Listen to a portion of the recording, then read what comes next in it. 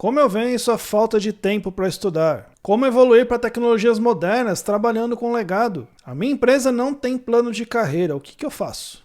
Essas e outras perguntas que o pessoal mandou para mim lá na minha caixinha da rede vizinha, eu vou responder agora através desse vídeo. Meu nome é Helder Moraes e meu objetivo aqui é ajudar você, dev, a ser um dos profissionais mais bem pagos no mercado usando Java no back-end. Se esse é o tipo de conteúdo que interessa para você, não se esqueça de curtir, compartilhar esse vídeo e também de se inscrever no canal ou, se você estiver ouvindo esse vídeo em alguma plataforma de podcast como o Spotify, não se esqueça também de se inscrever nesse podcast para você não perder o próximo episódio. Todas as semanas eu abro uma caixinha lá na rede vizinha onde o pessoal manda suas perguntas e eu respondo aqui através de um vídeo semanalmente. Então, se você quiser sua pergunta respondida no próximo vídeo, já sabe o que fazer. Então, sem mais delongas, vamos às perguntas de hoje. Helder, devo entrar em um projeto que usa microserviços. Por onde começar para ficar mais por dentro? Olha só, independente do que você vai usar, independente do que você vai fazer, independente do que seja o projeto, a primeira coisa que você precisa fazer para ficar por dentro é chamar quem quer que seja com quem você vai trabalhar, pedir lá 1 hora para essa pessoa e enchê-la de perguntas. O que esse projeto faz? Qual é o objetivo? Que problema resolve? Com quem que a gente tem que falar? Quem é o cliente? Por que contratou a gente? Quais os problemas que estão acontecendo agora? O que a gente tem que fazer? Para onde a gente está indo? A gente está atrasado? Quem foi que trabalhou aqui antes? Por que saiu? Por que não está mais? Por que me contratou?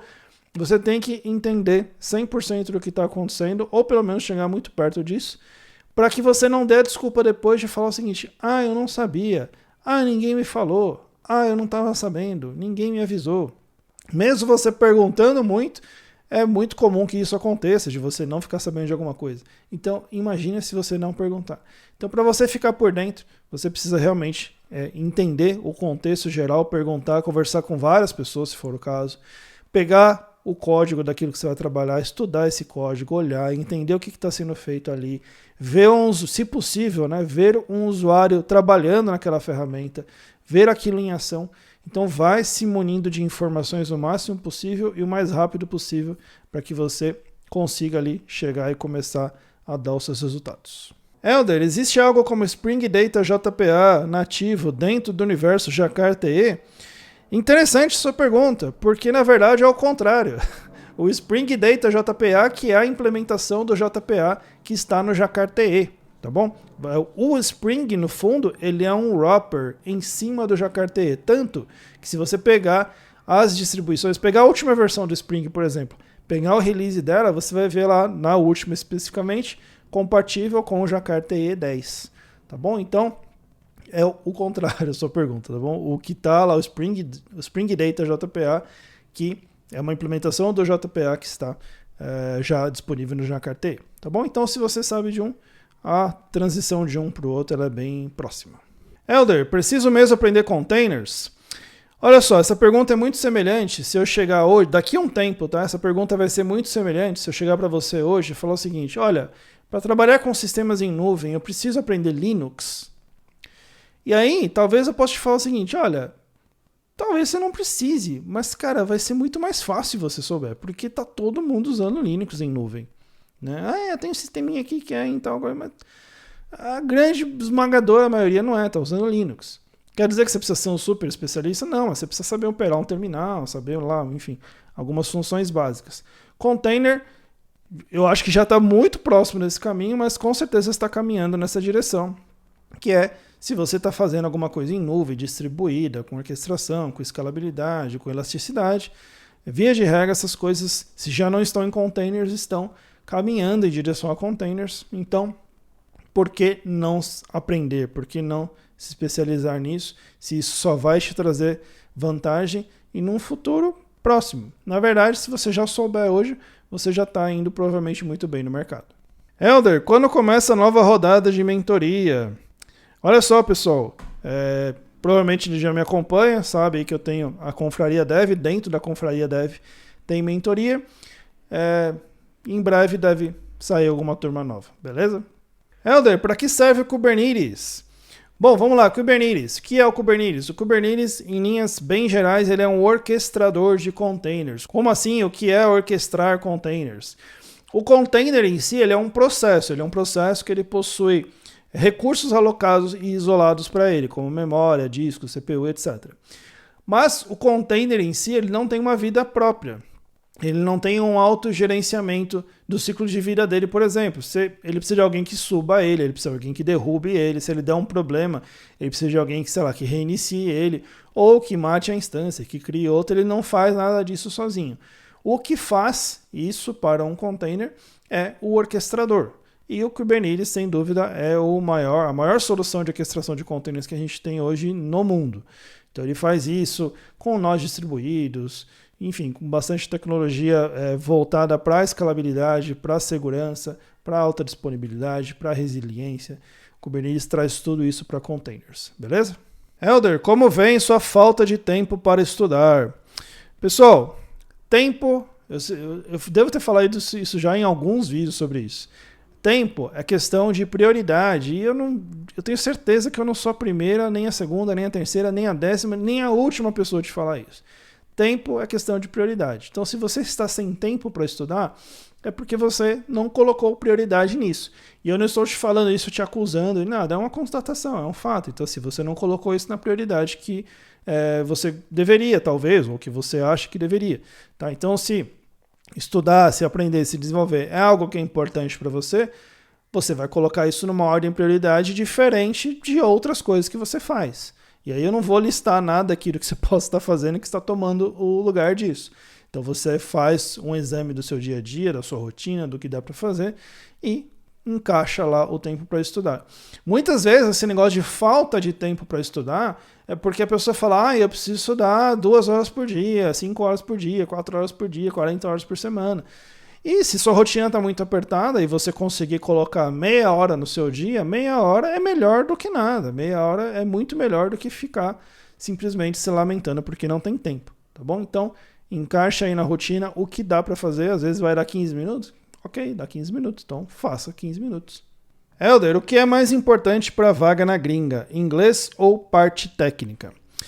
Olha só, se o seu inglês é zero, você não consegue começar uma conversa, você não consegue manter uma comunicação mínima com uma pessoa por, 30, 40 minutos, que é o tempo de uma entrevista, por exemplo, 1 hora, Então eu te diria que o inglês é o mais importante para você nesse momento. E é algo que hoje em dia está muito fácil de resolver. A gente tem muita coisa gratuita de inglês na internet, tá? Então, se você está assistindo esse vídeo agora, você tem acesso à internet, então não tem muita desculpa. Você pode ir atrás de conteúdo gratuito. Agora, se o seu inglês ele é minimamente razoável para você manter uma comunicação e seu objetivo são vagas de engenharia, de programação, coisas bem mais técnicas, eu te diria que o que vai realmente fazer diferença nem é tanto mais o inglês, mas é a sua experiência, os problemas que você resolve, a experiência que você acumulou e como você consegue demonstrar isso durante uma entrevista. Eu tenho um exemplo de um colega que ele não tinha o inglês lá, essas coisas, ele foi entrevistado por uma grande empresa e eles fizeram uma oferta para ele, ele recusou a oferta, falou, não, o valor não faz sentido para mim, recusou a oferta, eles fizeram uma contraproposta aumentando o valor, e aí a proposta já fazia sentido, aí ele topou, e eles falaram o seguinte, olha, então a gente vai realmente pagar isso, porque a gente entende que você é importante para esse projeto, a gente só pede que você resolva essa questão do inglês, tudo bem? Não, tudo bem, e a empresa pagava curso de inglês e tal. Então, mesmo não gostando do inglês dele, o restante dele compensava, né, esse problema, vamos dizer assim, e aí ele foi lá, estudou inglês, está tudo certo. Tá bom? Então, leva o seu inglês pelo menos para um nível de comunicação e o resto fica bem mais fácil. Helder, como evoluir para tecnologias modernas trabalhando com um legado? Pessoal, eu vejo 2 caminhos nesse caso. Essa é uma pergunta extremamente comum, né? E a situação é muito comum, eu mesmo já passei por ela, um monte de gente já passou. Quando você está trabalhando com o sistema legado e você não quer mais trabalhar com isso, você quer ir trabalhar com coisas mais modernas, eu só vejo 2 caminhos, tá? O primeiro desses caminhos é você ver oportunidades de migração para tecnologias modernas nesse legado e conseguir convencer as pessoas que aprovariam ou não essa mudança, o quanto isso faz sentido para elas, não para você, tá? Não é assim, eu quero usar Java 17 porque eu quero usar Records, porque eu acho legal Records. Não, é você convencer aquela pessoa por que faz sentido você sair do Java 7 para o 17, por que o Records vai ajudar isso com os resultados dela. Tá bom? Que senão, se for importante só para você, dificilmente você vai conseguir a aprovação. Então, isso é um dos lugares que eu vejo oportunidade. Se você não conseguir nisso convencer as pessoas de que aquilo é importante para a empresa, para as pessoas, etc., a outra saída que eu vejo é você ir para um outro lugar. Tá? Não tem muito romance nisso, não. Então é o seguinte, eu não estou feliz aqui, tentei, não consigo oportunidade aqui, então vou cavar oportunidade em outro lugar. Agora, se está difícil cavar oportunidade em outro lugar exatamente porque você está muito envolvido no legado, então você também não vai ter muito romance nisso. Você vai ter que separar uma parte do seu tempo para você se desenvolver nessas coisas novas que você quer trabalhar, além do seu horário de trabalho. Tá? É cansativo, é puxado, sim, mas todos nós em algum momento passamos por isso. Então, se é parte do seu objetivo hoje, são essas duas saídas que eu vejo para você. Helder, como saber o que eu devo estudar? Olha, pessoal, para responder essa, eu vou invocar o meu mantra aqui, né? Que eu falo muitas vezes. Se você me acompanha há uma semana, você já deve ter ouvido falar sobre isso. Que é, você sabe o que você deve estudar a partir do problema que você tem que resolver. Porque é o seguinte, inclusive, sabendo o problema que você tem que resolver, fica muito mais fácil você saber o que tem que estudar. Porque é o seguinte, eu vou fazer aqui uma API que ela acessa um banco de dados e ela tem um CRUD, né, que vai lá gravar dado, vai, atualizar dado, retornar dado, apagar dado. E também eu vou expor essa API como um REST e, de repente, sei lá, ela vai se comunicar lá com um Kafka para fazer XPTO. Pronto, você já sabe o que você tem que estudar. Você tem que aprender JAX-RS, você tem que aprender JPA, você tem que aprender algum client que se comunica com o Kafka. Pronto, você sabe o que você tem que estudar, agora vai e estuda. Helder, não posso mudar de cidade. Como conseguir uma boa oportunidade? Olha, gente, a gente está já em 2023, né? Eu vejo que a gente superou já essa questão de ter que mudar de cidade para eu conseguir uma boa oportunidade. Principalmente depois das transformações que a gente passou em 2020, 2021, 2022. Mas muita empresa já voltou para o presencial e não aceita mais remoto. Sim, muita empresa voltou, mas muita empresa não voltou e muita empresa não vai voltar.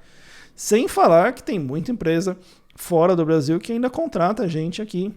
E eu acabei de falar aí da questão do inglês, então você nem precisa ter um inglês super evoluído para conseguir alguma coisa. Então é o seguinte, se você realmente quer algo bacana e você realmente quer ficar onde você está, sim, tem muita coisa online, tem muita coisa remota que você pode correr atrás, sim, e tem muita oportunidade em aberto, tá? Então não coloque você mesmo essa limitação na sua cabeça. Para eu conseguir uma oportunidade boa, eu tenho que mudar para os grandes centros. Pessoal, eu tenho alunos em diversas partes do Brasil, em diversas partes do mundo, inclusive, e vários deles moram em cidades do interior, moram em cidades afastadas, e têm ótimos empregos, ganham bem, tá? Então não fica você mesmo se limitando por isso, não. Helder, faculdade desalinhada com o mercado, o que fazer? Olha, ninguém disse, né? Vamos lá, né? Seria muito bom se a faculdade fosse alinhada ao mercado, super alinhada ao mercado. O problema é que também ninguém disse que ela seria. Né? Não existe nenhum compromisso público de ser alinhada ao mercado. Então, se você está sentindo que a faculdade que você fez ou está fazendo está desalinhada com o mercado, cabe a você compensar isso na sua carreira, porque é a sua carreira. Né? A faculdade tem o conteúdo programático dela, ela tem lá os compromissos dela e ela, né, no fringir dos ovos, vai fazer de tudo para te formar, né, para te entregar um certificado depois de alguns anos. Se isso está desalinhado com o que você precisa no mercado, cabe a você correr atrás da diferença, tá? E eu vou te falar que a imensa maioria dos profissionais de tecnologia, de computação, de desenvolvimento de software no Brasil passam por isso, tá? Isso não é um privilégio e nem um problema seu, tá? A grande maioria de nós passou por isso e teve que dar os pulos aí para se alinhar ao mercado. Helder, sinto falta de energia para estudar depois do trabalho. O que eu faço? Olha, vamos lá. Primeiro, ninguém falou que você precisa estudar após o trabalho. Você pode, de repente, acordar mais cedo para estudar. De repente, você pode pegar um pedaço do seu horário de almoço para estudar. De repente, se você tem algum tipo de transporte que você vai ou volta, né, do trabalho, pode ser um momento de estudo. A minha primeira certificação de Java, eu estudei para ela nas minhas 3 horas diárias em ônibus e metrô e etc. Então, era um tempo de estudo. Então, talvez você também esteja se limitando a isso. Eu preciso estudar após o trabalho. Tem que ser após o trabalho. Não necessariamente tem que ser. Agora, vamos imaginar que realmente não dá, porque você já acorda super cedo, e aí você faz A, B e C, e aí você vai no trabalho, o negócio é pegado, e na hora do almoço não tem tempo, almoça em 15 minutos, já tem que... Vamos pensar realmente em algo super que não dá realmente, que eu acho improvável, tá? Mas digamos que aconteça. Então, de repente, o que você pode fazer em vez de logo após o trabalho, você já emendar o estudo,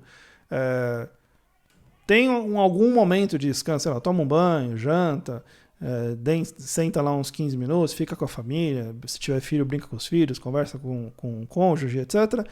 E aí pega um momento depois, tá? Sim, vai ser cansativo, é muito cansativo.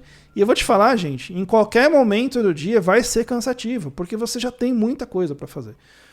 Por isso que é importante você priorizar isso e colocar isso dentro de uma caixa protegida. Olha, nessa caixa protegida aqui, que pode ser de 15 minutos, de 30, de 1 hora, não sei quanto tempo vai ser, você separa isso para estudar. Helder, a empresa onde trabalho não tem plano de carreira. O que eu faço? Pessoal, ninguém falou que a empresa tinha que ter plano de carreira, né? Acho que o problema é se a empresa te disse que teria um plano e não tinha, aí tudo bem, você pode até... Mas assim... Não existe esse negócio de eu só vou crescer se minha empresa tiver um plano de carreira. Algumas empresas têm plano de carreira, eu diria que a minoria tem. Algumas têm, legal, as que têm, você vai lá e segue o plano, se conseguir. Agora, se a empresa não tem plano de carreira, você é responsável pelo seu plano de carreira. Aliás, a empresa tendo ou não tendo plano de carreira, você é responsável pelo seu plano de carreira. Então, se a empresa não tem, você vai fazer o seu plano. Olha... Hoje eu estou aqui e eu quero chegar aqui. E para chegar aqui eu tenho que fazer isso e assado. E aí você vai e faz o que você precisa fazer. Mas aí eu não consigo fazer estando nessa empresa. Então, você vai, algumas opções. Você pode talvez tentar cavar oportunidades de fazer esses marcos para chegar onde você quer. E se não é possível, você pode correr por fora e se desenvolver e aprender por fora para mudar de emprego lá na frente, mudar de empresa lá na frente, ou quem sabe você consegue agora, na situação onde você está, uma oportunidade para você fazer essa transição para onde você quer chegar, tá bom? Mas não fica culpando a empresa, responsabilizando a empresa, olha, a empresa deveria ter um plano de carreira. Gente, a vida não é o que ela deveria ser, ela é o que ela é. Então a gente faz o que dá com as ferramentas que a gente tem. Então é isso, essas foram as perguntas de hoje. Então se você quer ter a sua pergunta respondida no próximo vídeo, não esquece de na próxima caixinha você ir lá e deixar a pergunta. E me diz aqui nos comentários se eu já respondi alguma pergunta sua ou se alguma dessas dúvidas aqui era sua também, para eu saber se a gente está respondendo aí de acordo com as suas necessidades. Beleza? Um grande abraço, até a próxima e tchau!